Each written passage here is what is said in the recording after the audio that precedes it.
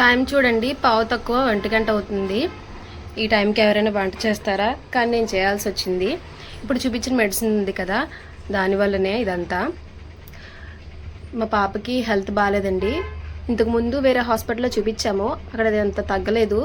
అందుకోసమని మా ఊర్లో ఉన్న గవర్నమెంట్ హాస్పిటల్కి అయితే తీసుకెళ్ళాను. చాలామంది అనుకుంటారు గవర్నమెంట్ హాస్పిటల్లో డాక్టర్ గారు పట్టించుకోరేమో అన్నట్టు. కొంతమంది, ఎక్కువ మంది కాదు, కొంతమంది అనుకుంటారు. నేను అప్పట్లో అలాగే అనుకునేదాన్ని, కానీ ఇవాళ చూసాక నాకు తెలిసింది కరెక్ట్ కాదేమో అనిపించింది.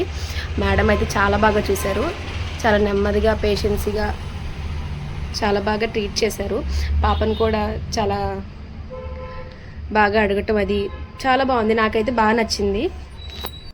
మెడిసిన్ అది తీసుకొని ఇంటికి వచ్చేటప్పటికి లేట్ అయిపోయిందండి. సో వచ్చి రాగానే ఆడవాళ్ళు ఎక్కడికి వెళ్ళినా ఏం చేసినా వంట చేయక తప్పదు, పిల్లలకి పెట్టక తప్పదు కదా. సో వచ్చి రాగానే నేను బెండకాయలు ఆనియన్స్ కట్ చేసి బెండకాయ ఫ్రై అయితే చేశాను. ఒక పక్క అన్నం కూడా పెట్టేశాను, అన్నం కూడా అయిపోయింది.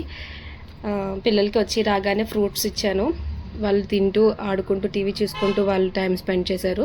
నేను ఇంకా కాసేపు ఆగిన తర్వాత అన్నం పెట్టేశాను. కొంచెం కారపొడి వేసుకొని తినడం అలవాటండి ఫుడ్లోని. మధ్యాహ్నం అయినా నైట్ అయినా సరే ఫస్ట్ కారపొడి వేసుకొని తింటాము. పాపకు తినిపించేసి నేను కూడా తినేసాను. మా లంచ్ అయితే అయిపోయింది. మీరు లంచ్ చేశారా? కామెంట్ సెక్షన్లో కామెంట్ చేయండి.